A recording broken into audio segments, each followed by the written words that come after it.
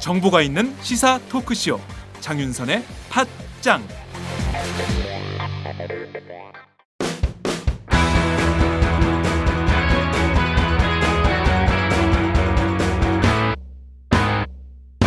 색깔 있는 인터뷰.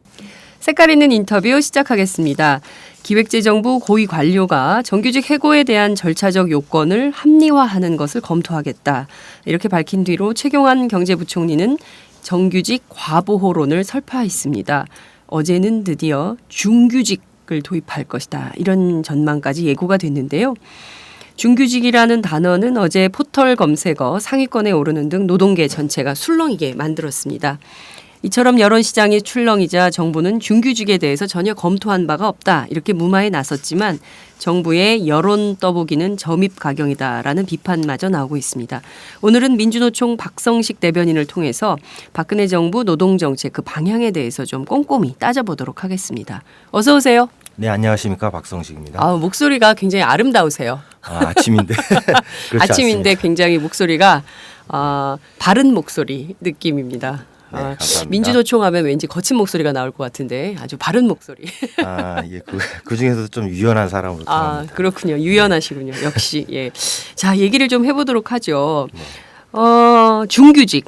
정부가 새로운 형태의 기간제 정규직인 중규직을 도입하는 방안을 검토 중이다. 이렇게 전해지고 있습니다.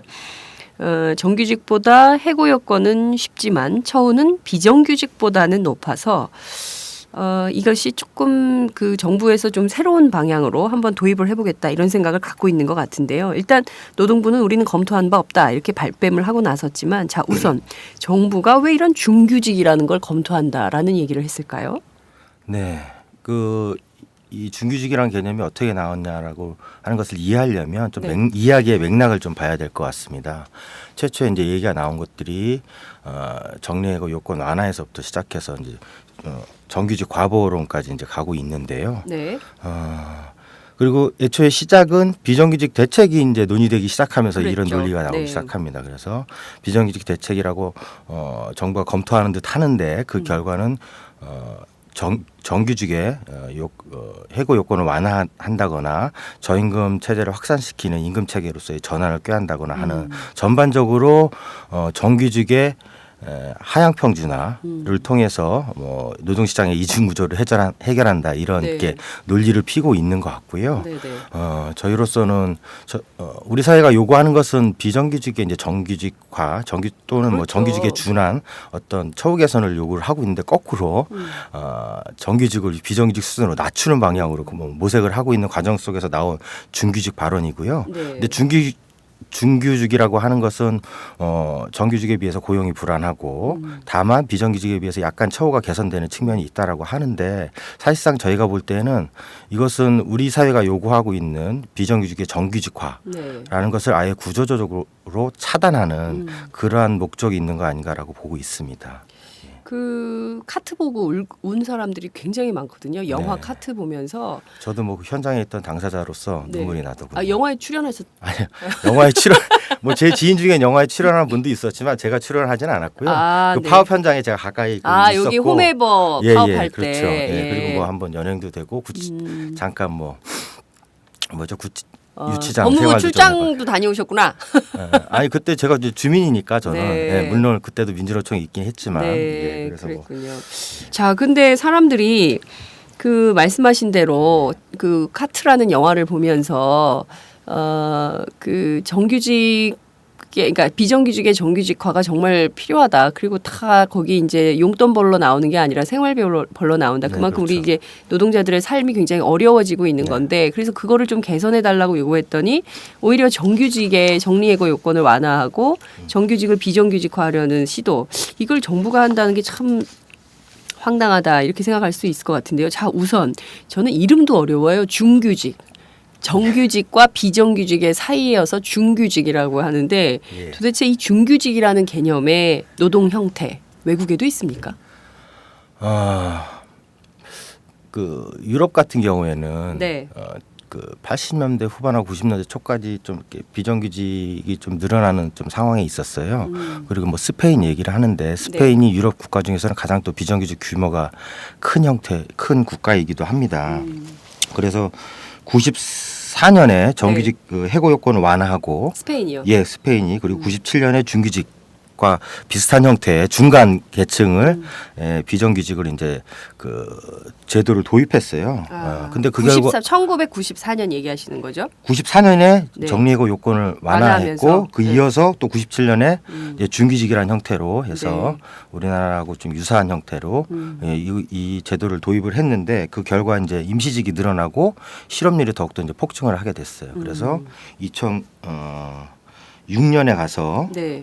임시직의 사용을 제한하고 네. 그리고 정규직 전환에 대해서 인센티브를 제공하는 정책으로 전환하게 됩니다. 아니 그러니까 스페인이 20년 전에 쓰던 거를 그렇죠. 그 정책을 2014년에 한국에서 가지고 와가지고 심지어 스페인은 1997년에 중규직을 도입했다가 문제가 생겨서 2006년에 이 제도를 다 바꿔버렸는데 뭐 조금 찾아보시면 알겠지만 스페인이 유럽 국가 중에서도 굉장히 양극화가 심한 형태 심한 나라죠. 그리고 지금 속합니다. 유럽 중에 좀 그래서 못 사는 나라잖아요. 그래서 결국에 가서 2006년에 다시 예. 정규직화를 이제 촉진하는 정책으로 전환했음에도 불구하고 우리나라에서 그런 얘기가 나오는 보도에도 스페인 얘기가 언급이 네. 되던데 그 이전 과정만 딱 잘라서 얘기를 하고 있는 거죠. 아니 그러니까 우리는 왜 미국에서 사와도 비행기를 꼭 30년 전 거 이런 거 사오고 배도 말이에요. 일본에서 꼭 낡아서 못 쓰는 배 이런 거 갖고 와서 애들 다 그렇게 세월호에 빠뜨려서 그렇게 만들어 버리고 심지어 이제는 노동 형태까지 그렇습니다. 다 남들이 쓰다 버린 거 네. 그런 걸 갖고 와가지고 이제 하겠다 그러니까 아줌마 열받아 아침에. 자 그런데 자 이런 중규직을 도입을 하겠다. 이게 결과적으로 정부가 요새 미생이 난리인데 이 네. 미생 계약직 노동자들을 양산하겠다라는 거 아니냐라는 것 그렇죠. 때문에 예. 어제 하루 종일 그 포털 사이트 막 인터넷이 난리가 났었어요. 이 제가 보기에 그 전국의 비정규직 그 계약직 노동자들이 다 쓴 것 같아. 지금 이런 심각한 비판에 대해 얘기입니다. 네 예, 어떻게 예. 생각하십니까? 어쨌든 우리나라는 굉장히 양극화가 심하고 네. 그리고 뭐 최경환 부총리도 부총리에 취임하면서는 선거 전이었죠. 그게 아마 그렇습니다. 예, 선거 전에는 가계소득 중심으로 경제정책을 짜겠다라고 네. 했는데 소득주도 성장이라는 거 아닙니까? 그게? 그렇죠. 소득주도 성장, 예. 가계소득. 예. 이전에는 사실상 대기업의 이윤주도 성장을 했다면 그렇습니다. 좀 방향을 바꿔보겠다고 해서 뭐 표를 많이 얻었는지는 모르겠어요. 어쨌든 선거 전에 그런 정책들을 이제 발표를 했었는데 네. 구체화된 정책이 사실 나온 건 없었고 선언적인 이야기였는데 지금 이제 구체화된 정책 단계에서 오히려 이제 거꾸로 가고 있죠. 네. 예, 그래서 그 정규직의 규모를 점차적으로 막 줄이고 늘려야 됨에도 불구하고 줄이고 계약직, 임시직, 비정규직들의 폭을 늘리는 형태로. 네. 그런데 그대로 비정규직을 양산을 하면 사회적 반발이 예상이 되니까 네. 중규직이라고 하는 애매한 개념들, 제3의 계급을 또 양산시키려고 하는 이런 생각인 것 같아요. 네. 예. 일각에서는 이게 제3의 그러니까 정부에서는 흘리기를 정규직 비정규직이 하도 어렵다고 하니까 그리고 정규직은 철밥통이라고 하니까 특히 정규직은 대기업 노조가 아주 똘똘 뭉쳐가지고 절대 범접조차 못하는 방식으로 가버리니까 저 비정규직 하도 어려우니까 좀 이걸 좀 흔들어가지고 중규직이라는 개념을 만들어서 정규직도 좀 내놓고 비정규직도 좀 살게 해주고 이런 방안을 하면 어떻겠냐라는 생각을 정부가 할 수는 있을 것 같아요. 그런데 왜 노동자들끼리의 그 밥그릇을 가지고 자꾸 흔드는지 그 참 특이한데 자 우선 정부에서는 이것은 제3의 근로 형태다라는 식으로 흘리고 있는 것 같아요. 그런데 결과적으로 제3의 근로 형태라는 게 있을 수가 있는 건지 이게 이런 개념이 있을 수 있는 건지 사실 또 다른 형태의 변형된 비정규직 아니냐 이런 비판도 가능할 것 같거든요. 지금도 비정규직은 여러 가지 형태로 존재를 해요. 간접 고용도 있고 직접 고용 비정규직이 도 있고 간접 고용, 예. 예. 그리고 하도급 형태라고 해서 사실상의 그렇죠. 비정규직인데 예. 그 외피만 좀 달리하는 그리고 또 특수고용 노동자라고 해서 노동자인데 자영업자라고 하는 규정을 넣어서 노동기본권을 제공해주지 않는 뭐 이런 네. 형태의 다양한 비정규직이 존재합니다. 네. 예, 거기다 더해서 이제 뭐 중규직 이라는 것까지 이제 네. 도입을 하고자 하는 건데 네. 제가 봤을 때는 그 결국에 가서는 이거는 비정규직의 또 다른 하나의 형태에 불과하고요. 우리나라의 노동 구조가 뭐 이중 구조다 이렇게 얘기하는데 뭐 그 자체는 맞는 말입니다. 네. 근데 이 이후에는 더욱더 이제 그 그 이중 구조를 하나의 통합해서 하나의 단일한 구조를 만드는 게 아니라 더욱더 복잡하게 하고 이들 간의 계층 간의 또 갈등도 또 심화되지 않겠습니까? 그러면 그럼 정부는 그 사이에서 기업의 이윤들을 더욱더 적극적으로 보장해 줄 수 있는 여러 가지 이제 효과를 볼 수도 있다라고 이제 보여지고요. 예. 그래서 결국에 가서는 극소수의 정규직과 네. 예, 뭐 중규직을 굳이 얘기하자면 다수의 중규직 그리고 대다수의 비정규직 이런 삼중 구조로 나타나지 않을까라는 예측을 네. 해봅니다. 아, 너무 끔찍하네요. 그러니까 그래서 이런 얘기가 나오는 것 같아요. 간접 고용의 경우에는 지금 뭐 경비 노동자들 뭐 이렇게 자살하고 또 그 신현대 아파트에서 파업도 결의하시고 이렇게 가는 거는 사실 이거는 노예 계약의 다름 아니다라고 얘기를 하고 있고 하도급 형태나 특수고용 노동자들이나 전부 이게 중규직까지 도입을 하면 결과적으로는 노동 형태가 사실상 한국판 노동 카스트? 새로운 카스트다 이런 네네. 비판까지 나오고 있는 것 같은데요. 네, 이런 식으로 간다면 국민들이 이게 다 일을 해서 벌어서 먹고 사는 우리 노동자들 아닙니까? 그런데 네. 이게 이렇게 불안한 노동 시장을 정부가 열려고 하는 의도가 뭔지 참 저는 궁금한데요. 그것은 고용 불안이라는 게 굉장히 심각한 건데요. 그렇죠. 물론 실업은 어떻게 보면 거의 지옥과 같은 그 느낌을 줍니다. 그리고 직장에서 일하다가 이제 쫓겨나게 되면 그야말로 막막해지는 상황인데 그래서 네. 고용 불안이라고 하는 것은 굉장히 그 일반 노동자나 서민들한테 위협적인 거예요. 끔찍하죠. 그래서 이 고용 불안이 사실상 노동 조건을 후퇴시키는 무기로 사용되고 있어요. 예. 그 지금도 역시 뭐 정규직들도 마찬가지입니다. 고용 불안을 빌미로 해서 여러 가지 이제 노동 조건을 후퇴를 요구를 하고 있습니다. 예, 심지어 노동조합 자체를 이제 파괴를 하고 있어요. 네. 예. 해고를 시킨다라고 하면 이제 뭐 여러 가지 이제 협상을 해야 되는데 이 과정에서 일단 고용을 보장받아야 되니까 사람들이 임금 조건의 후퇴라든지 복지의 후퇴 여러 가지에 대해서 무방비로 받아들이고 있는 네.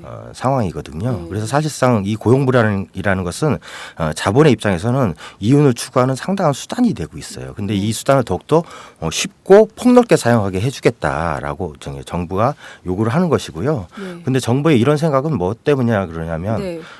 어떤 경제 사고에 있어서 네. 기업 중심이에요. 기업이 일자리도 창출하고 모든 것을 다 해준다. 네. 사실상 그러니까 좀 더 이렇게 학문적으로 보면 신자유적 사고에 굉장히 물들어 있는데 그래서 일반인들도 그러니까 광고에서도 그런 얘기가 나오지 않습니까? 기업이 살아야 일자리도 듭니다. 네, 무슨 그렇죠? 은행? 예, 뭐 땡땡 은행. 예, 그런 얘기도 나오고 네. 어쨌든 기업이 일자리를 만들어준다라고 네. 하는 생각들이 굉장히 우리나라의 상식이나 통념처럼 돼 있는데 저 생각은 좀 다르거든요. 네. 사실 기업이 스스로 자기가 만들고 싶다고 해서 만들어지는 게 일자리가 아니거든요. 그렇죠. 왜냐하면 기업들도 외부 조건에 의존할 수밖에 없습니다. 가계 소득이 늘어서 그게 이제 소비를 창출을 하고 네. 또는 국가 지출을 통해서 어떤 이렇게 국가 재정의 지출이 발생이 되고 네. 그리고 다른 경기가 상승해서 다른 기업의 구매가 있을 경우에 이런 외부적 조건에 조응을 해서 수동적으로 일자리를 만드는 거지 내가 일자리를 만들겠다 싶어서 딱 만든다고 이게 되는 게 아니잖아요. 네. 예. 그래서 사실상 일자리는 가장 크게는 가계소득이 일자리를 만든다고 그렇습니다. 봐야 되는 겁니다. 예. 근데 예. 이 소득주도의 성장을 하겠다고 했던 최경환 부총리가 전반적으로 보면은 여전히 이윤주도의 성장에 머물러 있는 거예요. 그렇죠. 그래서 기업 중심으로 기업들 그것도 이제 소수 재벌 대기업들 중심으로 발상을 하고 이제 사고가 딱 굳혀져 있기 때문에 그밖에 기업들의 중소기업들 같은 경우 여전히 뭐 죽는 소리 치고 있는 거고 뭐 이런 상황인 건데요. 자, 우선 우리가 한번 노동 정책 전반을 좀 훑어보기로 한 건데요. 그 처음에 정부가 얘기를 한 것은 한겨레 신문을 통해서 이기권 노동부 장관이 네. 이제 그 비정규직 문제를 좀 해결하는 해법을 좀 제시하고 있다. 정부가 연말 안에 네. 비정규직 해법을 내겠다라고 했어요. 네. 그리고 그 이튿날 갑자기 느닷없이 기획재정부 고위관료 입을 통해서 정리해고 완화, 네. 뭐 정규직의 그 정리해고 완화를 방안을 검토하고 있다. 합리화 네. 방안을 검토하고 있다. 이런 얘기가 나오고 그렇습니다. 그 다음 날 최경환 부총리가 기다렸다는 듯이 정규직 과보호론을 설파했습니다. 네. 그래서 뭐 기업들이 정규직 뽑겠냐 이거 무서워가지고 그러니까 이걸 좀 정리해고를 완화할 수 있는 요건을 만들어줘야 기업이 편해지고 그래야 사람들도 뽑고 예. 실업률도 근데 줄어든다. 그 이런 부분이- 식으로 간 예, 거죠. 그 부분에 대해서 가장 황당한 논리가 네. 해고를 쉽게 해야 고용이 늘어난다는 그러니까요. 얘기예요. 이게 무슨 말이냐면 네. 달리 비유하면 사람이 많이 죽어야 출생률이 높아진다는 논리하고 비슷한 논리입니다. 무서워요. 예, 그렇죠. 이런 황당한 논리를 제공을 하고 있어요. 그런데 핑계를 대고 있는 것이 그러니까 소수의 이제 대기업 정규직 핑계를 대고 있죠. 물론 우리 사회 전반적인 노동 조건에 비해서 정규직 대기업들은 노동조합의 보호를 받고 있습니다. 그렇다고 해서 해고가 전혀 안 되는 건 아니지만 받고 있지만 이 부분은 정규직 대기업 정규직은 우리나라 노동 인구의 한 5% 네. 정도밖에 안 돼요. 정규직이요? 예. 대기업 정규직. 대기업 정규직. 예. 대기업 정규직 5%에서 7% 정도 네. 보고 있습니다. 이들이 노동조합의 보호를 받고 그렇다고 노동조합이 법에 없는 내용까지 다 보호할 수 있는 게 아니잖아요. 그렇죠. 법률로 규정된 정리해고 요건에 대해서 네. 지키라고 요구를 하고 있는 것뿐입니다. 네. 그런데 이 5%에서 7%의 대기업 때문에 600만, 800만의 비정규직이 양산됐다라는 게 말이 안 되는 거잖아요. 그렇습니다. 예. 그들의 소수의 어떤 상대적인 여건을 빌미로 삼아서 우리나라 노동시장의 전반적인 하락을 추구하고 있다. 그를 네. 통해서 기업의 이윤을 보장해주고자 하는 것이다라고 하는 거고요. 그래서 정부는 그렇게 기업이 돈을 벌면 네. 뭐 낙수 효과가 일어날 거라고 생각하고 있을지는 모르겠지만 낙수 효과는 이미 없었다라는 걸 교황님도 얘기하셨어요. 그렇죠. 나타났던 거고요. 네. 그리고 뭐 고용 없는 성장의 시대 아닙니까? 그렇죠. 예, 고용은 이루어지지 않고 대기업은 계속적으로 성장을 하고 있어요.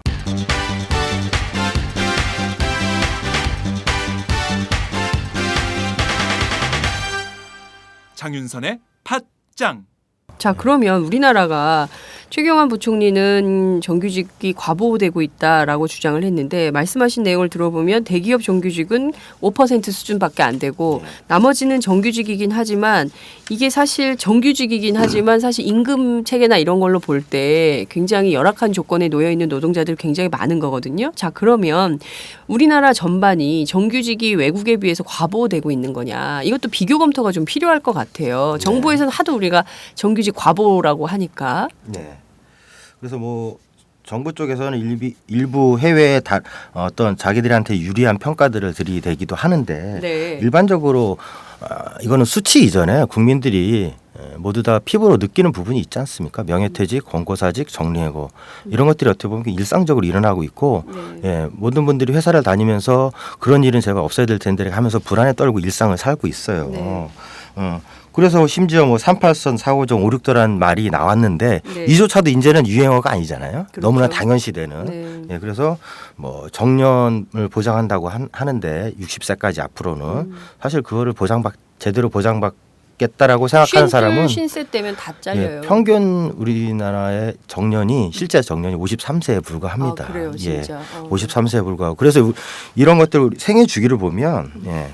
이제 어렸을 때는 이제 스펙에 막 시달려서 이제 쭉 성장을 하죠. 네. 예, 그래서 이제 대학교까지 다니다가 대학을 졸업을 하게 되면 이제 청년 실업자로 또 몇 년을 살아야 되지 않습니까? 그렇죠. 몇 년 살고 한 30대 초반이나 돼서 아마 취직이 가능할 수 있겠어요. 그러면 그 취직을 해도 정규직이라는 보장이 없고 비정규직 또는 정규직 둘 중에 하나 선택이고 네. 비정규직의 비율이 훨씬 높을 텐데 네. 그리고 만약에 만에 하나 그러니까 낙타에 바늘구멍이 들어간 낙타가 돼서 정규직이 됐다라고 네. 할지라도 13년 정도밖에 근무를 하지 못해요. 그것도 오래 일해야 13년인 거고. 그래요? 네, 그렇죠.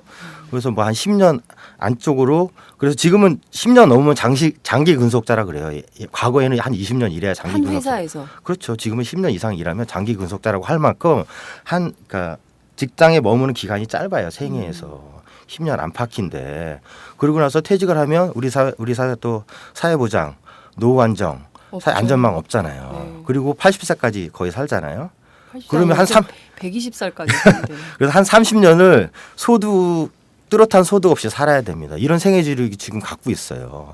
그런데 여기다 더해서 정리해고를 더 완화해서 그 직장에 머무는 기간을 더 짧게 한다는 게 말이 안 되죠. 그리고 뭐 현실도 이렇지만 수치로 봐서도 뭐 해외 그 자유기업의 네. 입장에서 하는 연구소의 수치 말고 네. OECD 그나마 좀 객관적이다라고 그 기업이나 노동자들에서 인정할 수 있는 OECD에서도 우리나라에 있어서 그 10년 이상 근속자 비율은 1%에 불과하다라고 평가하고 있고 1%. 18.1%. 예, 그래서 OECD 평균은 36.4%예요. 36.4%. 예, 그래서 더없이 절반 부족하고. 수준에 불과합니다. 예, 그리고 그 그 정규직 그 고용 보호 수준은 34개국 가운데 23위. 그래서 하위권이거든요.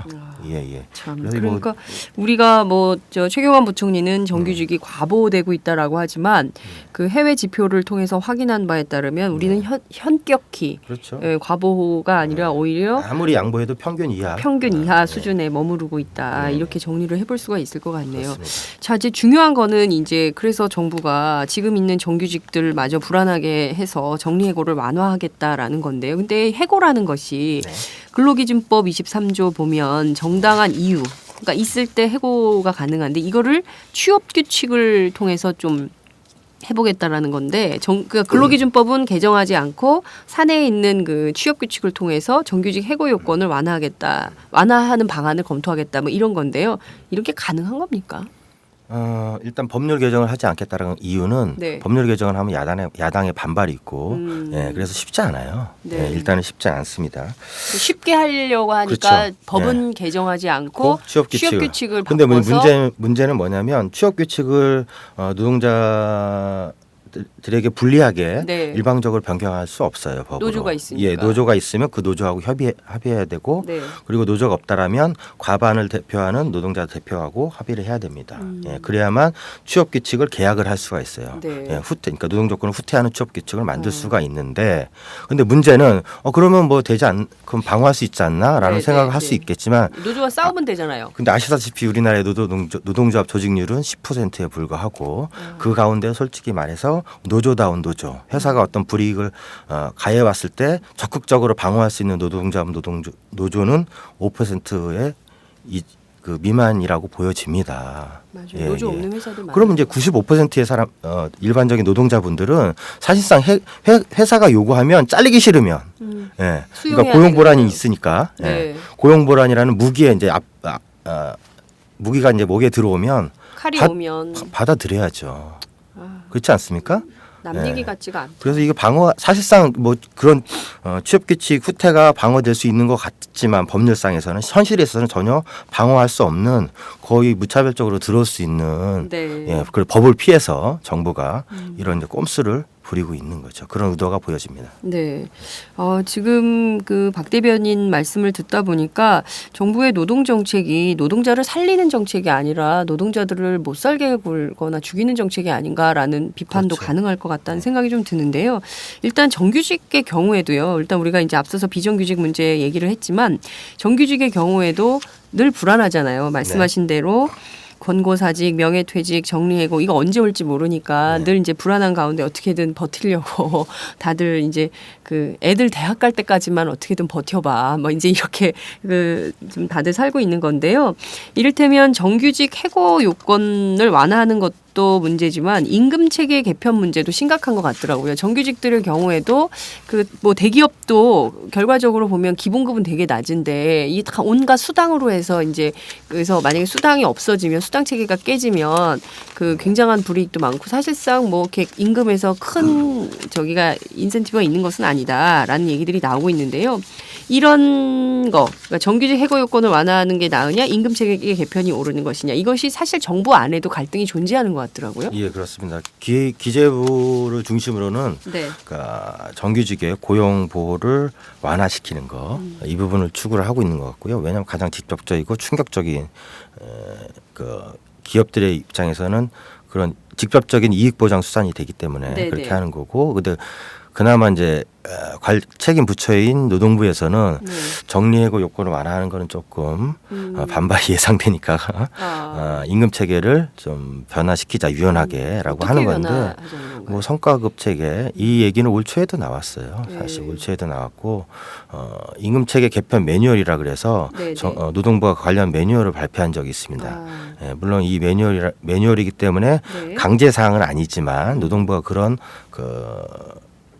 의중을 갖고 있고 추진할 의사가 있다는 것들이 충분히 알 수 있는 그 방안이었는데요. 네. 거기 핵심은 성과급제예요.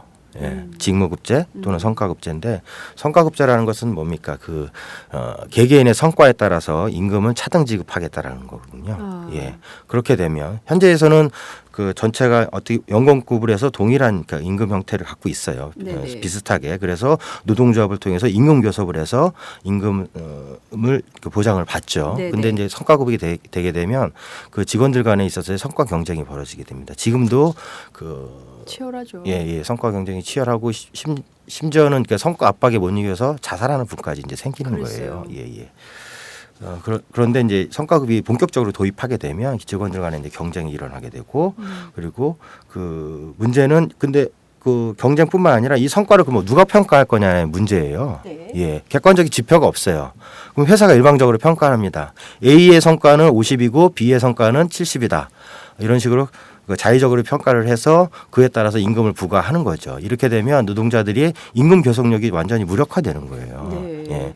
회사가 임금을 책정하는 결정권을 완전히 손에 쥐게 되는 임금 체계가 성과급인 거고 직무급도 마찬가지예요. 직무에 따라서 임금 체계를 달리 제공해 주겠다고 하는데 예를 들어서 그 나사를 조이는 일하고 나사를 빼는 일하고 또는 뭐 나사를 망치질하고 이게 이 직무에 따라서 그 임금이 달라야 되는 걸 누가 평가합니까? 기준이 있습니까? 네. 예. 그 회사가 자의적으로 역시 평가하는 거예요. 예. 그래서 이 두 가지는 핵심은 뭐냐면 뭐 성과급이나 직무이나 있어서 본질적으로는 임금 결정권을 사용자한테 전적으로 부과해주겠다라고 하는 거거든요. 네. 예.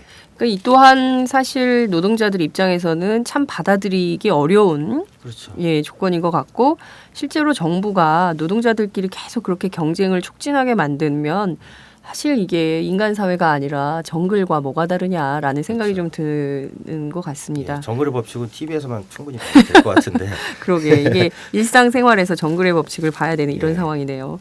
자, 그런데 오랜만에 김대환 노사정위원장이 이런 얘기를 했습니다. 네. 현재와 같은 노동 상황에서 신축성이 큰 임금, 또 근로시간, 기능 뭐 이런 유연화를 반영하는 게 선행이 먼저 되어야 된다 이런 주장을 했는데 굉장히 이분 오랜만에 말씀을 하셨는데 이런 주장에는 좀 민주노총은 어떤 입장이세요? 일단은 정리해고 요건 완화에 대해서 네.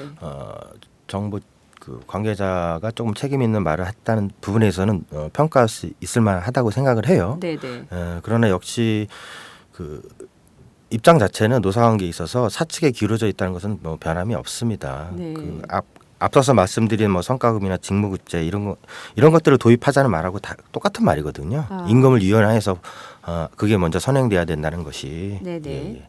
그래서 왜 이런 주장을 하냐면 네. 노사정 위원장 같은 경우에는 어쨌든 자기 존재 공간이 노사정 위원회이기 때문에 이 노사정 위원회를 잔존을 시켜야 되지 않습니까? 예. 근데 그 노동자들의 반발이 강하면 노사정 위원회가 유지할 수 없어요. 네. 그러니까 이 노사정 위원회를 유지하려고 하다 보니까 네네. 정리해고 요건 완화는 노사정 위원회를 깨게 되는 것이고 임금 체계 정도 좀 고려해 볼 수 있지 않느냐라고 하는 그런 생각을 갖고 있는 거죠. 네네. 그러나 역시 방향에 있어서는 기업들의 입장들을 대변하고 있다는 측면에서는 역시 다르지 않죠. 네. 예. 임금 하락을 추구를 하는 거예요. 네. 그 말씀을 좀 듣다 보니까 올 초부터 임금 체계 개편 매뉴얼을 시작으로 해서 네. 지금까지 보면 정리해고 완화 그리고 또 심지어 중규직 검토까지 정부가 노동시장 전반을 좀 어떻게 좀 흔들어 보겠다. 네. 그래서 박근혜 정부가 노동정책 전반을 좀 흔들어서 지금까지 있던 그 노동 체계를 좀 개편해 보겠다라는 생각이 좀 있는 것 같은데요. 우선 그러면 지금까지 드러난 박근혜 정부의 노동정책의 방향 특히 이제 최경환 부총리가 주도하는 비정규직의 해법 이런 것들은 좀 어떤 방향이다. 뭐 지금까지 이제 기업 편향이다 이런 말씀을 좀 해주셨는데요. 네. 좀 어떤 방향으로 좀 비전을 갖고 있다 이렇게 분석을 하고 계신가요, 민주노총에서는? 비전해야 할 것도 없고요. 네. 기존에 이제 기업 중심의 경제 정책을 여전히 지속하고 있는 거고 그리고 이제 박근혜 정부가 조금 다른 것은 그거를 이제 대폭 확대하려고 굉장히 공격적으로 확대하려고 하고 있다. 공격적으로. 예, 그런 측면이 있죠. 그래서 그 사실상 과보호 얘기가 나오는데 네. 건국 이래 가장 과보호 받은 집단은 기업입니다. 네. 그래서 이 기업의 과보를 좀 완화시켜서 노동자들의 가계 소득을 좀 향상시키고 그를 통해서 내수가 좀 활발히 되고 자영업자도 노동자들도 네. 예, 같이 더불어 살 수 있는 이런 경제 정책의 방향을 고민해야 되는데 여전히 이제 기업들의 소득을 높여주는 형태로 네. 경제 정책을 짜고 있다라고 생각이 들어요. 그러면서 뭐 대기업 그 정규직의 과보론을 얘기를 하고 있는데 네네. 그래서 비정규직이 많이 양산된다라고 네네. 하는데 사실 대기업의 처우와 비정규직 처우가 뭐 상관관계가 있는 게 아니거든요. 아, 예, 예. 뭐냐면 다시 말씀드리면 95년 이후로 그 95년부터 시작해서 98년 외환 위기를 지나면서 그 고용 불안이 일상화되지 않았습니까? 네네. 예, 그럼 그 고용 불안이 일상화되면 어떤 결과를 낳았냐면 오히려 그 같은 기간 내에 비정규직도 늘었어요. 예. 이전에는 더 그 95년 8년 이전에는 정규직들이 더 보호를 받았을 때 뭐 비정규직이 늘어난 것이 아니라 그들도 그러니까 정규직들도 보호받지 못하는 네. 이 시점이 계속 이제 시작됨에 따라서 비정규직들도 양산이 되기 시작하는 거예요. 그래서 다시 말하면 뭐냐면 정규직을 해고하지 못해서 비정규직이 양상되는 것이 아니라 정규직을 많이 해고하고 그 자리를 비정규직으로 대체해 나가고 있는 양상이거든요. 아. 예. 그러니까 지금 이게 보면 전부 초반에 저희가 서두에 지적했던 것처럼 박근혜 정부도 이명박 정부처럼 네. 정규직의 비정규직화를 촉진하는 방향으로 노동 정책을 그렇죠. 가져가고 있다. 이렇게 예. 분석을 좀 해볼 수 있을 것 같은데요.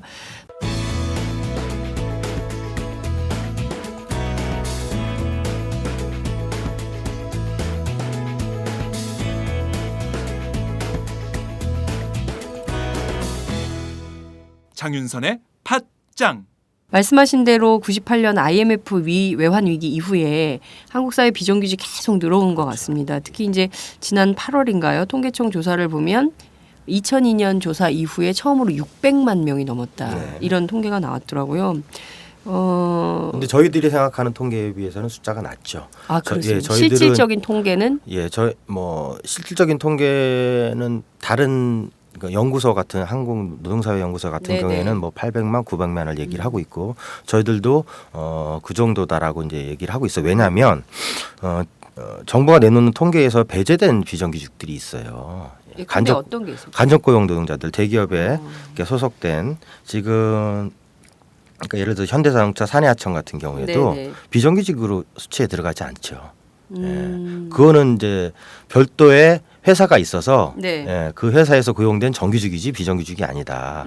그래서 간접 그런 외주 하청 노동자들 네네. 또는 사내 하청 노동자들 뿐만 아니라 아까 한번 말씀드렸지만 그 특수고용 노동자들 네. 같은 실질적으로 노동자로서의 사용자에 대한 종속 관계에 있음에도 불구하고 자영업자라고 하는 외피를 씌워서 이건 아예 노동 통계도 들지 않고 노동 네네. 기본권도 보장해주지 않는 그리고 광범위하게 존재하는 하도급 노동자들 네네. 이들이 거의 다 이제 비정규직 통계에 안 들어가 있어요. 정부 통계에 예. 이것까지 합하면 노동 인구의 절반은 된다 비정규직이. 이렇게 그러면 보고 전체 임금 있습니다. 노동자가 한 뭐 1,877만 그러니까 한 2천만 정도 된다면 예. 비정규직이 한 1,000만 정도 된다. 예, 그렇죠. 러프하게. 2천만이면 1,000만이고 네. 1,800만이면 900만에 이를 900만에 것이다. 이를 것이다. 이런 라고 통계가 보는 거죠. 가능한 어쨌든 거죠. 600만 가장 보수적으로 잡아도 600만이고 네. 정부 통계에서 빠진 그건 뻔하게 정부도 인정하는 부분이에요. 그런 통계에서는 우리는 잡지 않는다. 그건 네네. 정규직이다라고 얘기하는 그런 통계 그러니까 간접고용 노동자들, 네. 특수고용 노동자들까지 다 포함을 하면 600만 원 훨씬 상회하게 되는 건 분명한 거죠. 네. 예. 그런데 이제 사람들이 간접 고용 잘 모를 수 있어요. 뭐가 네네. 간접 간접 고용이지? 그리고 그 특수 고용은 그렇죠. 뭐지? 뭐 이렇게 특수하게 고용하는 건가? 뭐 이렇게 생각할 수 있기 때문에 네네. 조금만 설명을 해주세요. 대표적 우리가 쉽게 이해할 수 있게 간접 네. 고용은 어떤 거고 어떤 분들이 간접 고용 형태인 건가요? 간접 고용은 그런 거죠. 이제 현대자동차에 여러 가지 이제 사내 하청 간접 고용 노동자들이 있어요. 그리고 경비 노동자들. 그렇죠. 경비 노동자들이 있고 네. 그러니까 대학교에서도 청소하시는 분들이 있잖아요. 청소 노동자들. 예, 청소 노동자들도 다른 업체를 중간에 끼고 네. 그들이 고용은 그들이 고용 관계를 맺고 실질적으로 사용하는 것은 학교에서 사용하는 뭐 이런 형태인 거죠. 그런 형태인 현대자동차도 마찬가지예요. 내부에 사내하청을 둬서 고용은 그 사내하청하고의 관계를 맺게 하고 자기네들 실질적으로 쓰는 것은 현대자동차가 작업 지시를 하고 쓰죠. 가장 심각한 것은 조선 부분인데 네. 조선에서는 거의 절반 이상이 네. 예? 절반 이상의 그 사내하청 노동자들이 있어요. 네. 그러면 그런 부분들은 정말 심각한데요. 특수고용 같은 경우에는 뭐 우리 주변에서 쉽게 볼 수 있는 보험 모집인, 보험, 예, 그리고 택배 기사분들, 택배 기사분들 사실 택배 회사에 종속돼 있어서 노동자와 다름없이 생활하고 있지 않습니까? 택배 기사분들, 예, 택배 팟캐스트 기사분들. 많이 들으시는데, 예. 택배 기사분들, 그 다음에 뭐 퀵 기사분들도 있을 수 있고, 학습지 노동자들, 그런 학습지 노동자 외에도 뭐 골프장 캐디 분들도 그런 형태로 속하는데요. 골프장 캐디들도 예. 특수고용 노동자들. 예, 그런 분류에 들어갑니다. 그래서 굉장히 우리 일상에서 다양하게 존재할 거예요. 그러네요. 뭐냐면 개인 사업자라고 관계를 맺지만 그래서 그 고용 근로 계약을 맺는 것이 아니라 사업자 계약을 맺는 거예요. 회사하고 네. 사업자 계약을 맺는데 실질적으로 그 노동이나 사업이 이루어지는 과정은 그 회사에 종속돼서 지시와 관리 통제를 받고 일하는 직종들을 폭넓게 봐서 특수고용 노동자라고 보시면 됩니다. 네. 그러면 중규직의 경우에는요. 만약에 이제 또 다른 형태로 중규직이 도입이 된다면 어느 카테고리로 들어가는 겁니까? 글쎄요. 애매하겠죠. 아마 근데 이렇지 않을까요? 제가 봤을 땐 중규직이 많이 생기지는 않을 거예요. 예. 그 중규직이 처음에도 말씀드렸지만 중규직을 거론하는 이유가 네. 우리 사회의 정규직 전환 요구가 굉장히 높지 않습니까? 네, 네. 예. 그렇다 보니 그 정규직 전환 요구를 차단하는 하나의 구조적 장치를 마련하는 것으로 보여지는데 이럴 것 같아요. 정규직 전환 해달라. 네, 이거 네. 문제 있지 않느냐. 그러면 중규직으로 해라. 네네. 라는 식으로 제안을 하면서 네. 예, 이러저런 핑계를 대겠죠. 예, 회사가 어렵다. 정규직 네. 하나 할 수 없다. 우리 대기업도 아니다. 또는 뭐 대기업일 경우에도 국제 경쟁력을 더 높여야 되지 않느냐. 네. 대기업 지금 과보 받고 있는 대기업 비판받는데. 과보 받고 있는데 이거 문제 있지 않느냐. 쟤들 때문이다. 중규직 해라 이런 형태로 정규직 전환을 제한하는 하나의 장치로서 활용되지 않을까 계속 싶습니다. 계약직인데 그렇죠? 이제 계속 한계액을 계약이죠. 일 열심히 하면 중규직 시켜줄게 뭐 이런 식으로 간다는 그렇죠. 이제 거죠. 일 열심히 하면 정규직 시켜줄게 이게 아니라 중규직? 네, 중규직 시켜줄게가 되는 거죠. 예. 참 슬픕니다. 그래서 조금 처우가 개선되지만 역시 언제 잘릴지 모르는. 알겠습니다. 예. 자, 정말 얘기를 듣다 보니까 이 겨울 한파에 가뜩이나 추운 영하의 날씨에 그렇습니다. 더 추운 얘기를 하게 돼서 슬픈데요. 예. 박근혜 정부가 이렇게 정규직 해고 조건을 좀 완화하는 방법으로 노동 정책에 손을 대면 이게 한 18년, 20년 만에 이제 바꾸게 되는 건데요. 네. 16년 만에. 자, 그러면 민주노총은 예. 어떻게 싸울 계획이십니까? 참 민주노총이 고민이 많습니다. 현재 뭐 잘 모르시는 것 같은데 민주노총이 이제 직선제를 준비를 하고 있어요. 그러니까요. 역사적으로 최초로. 그래서 굉장히 오마이뉴스에도 많이 붙어 있습니다. 포스터가. 예, 어려운 과업이에요. 그래서 직선제가 잘 치러지면 더욱더 힘을 얻을 것이고 직선제가 이제 실패를 하게 되면 실패라는 게 이제 조합원들이 투표를 잘 안 해주시고 이렇게 하면 저 민주노총의 힘이 이제 약화가 되겠죠. 정부에서 더욱더 만만하게 볼 것이고. 네.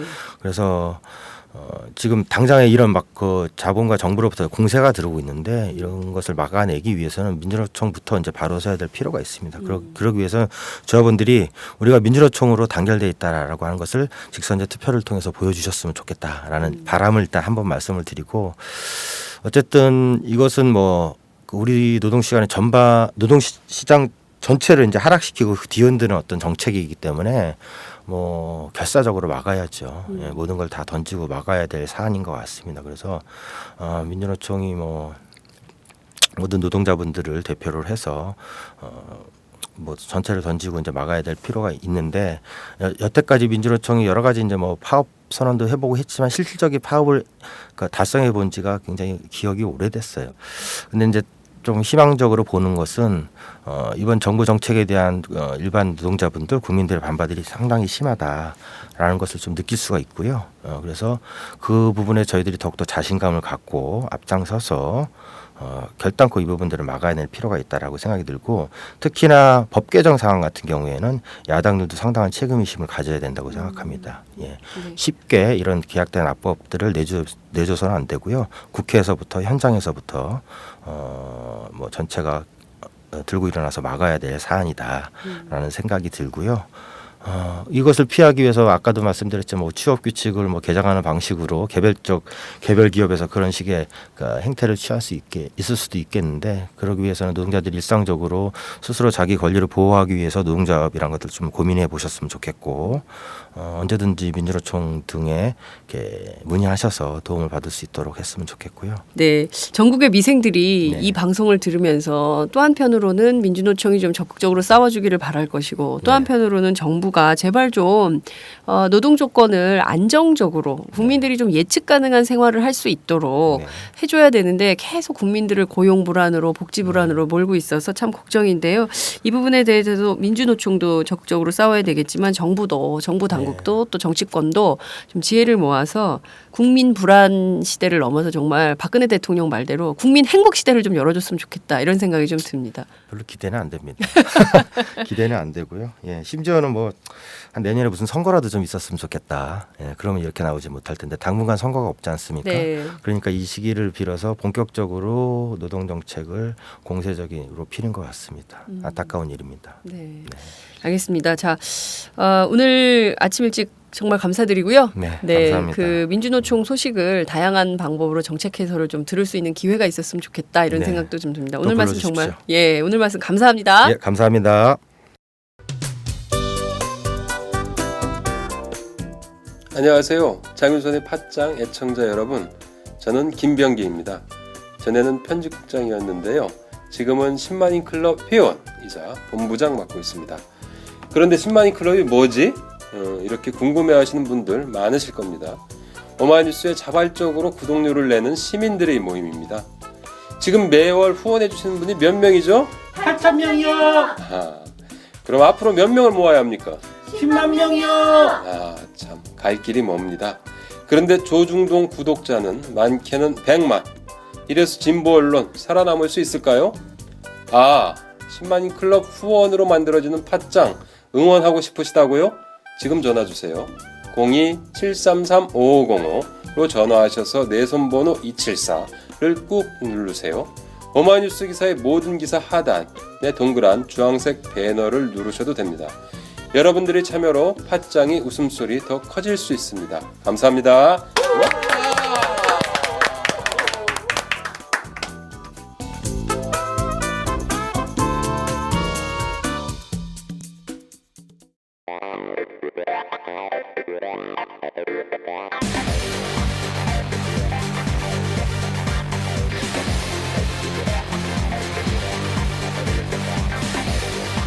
정보가 있는 시사 토크쇼 장윤선의 팟짱.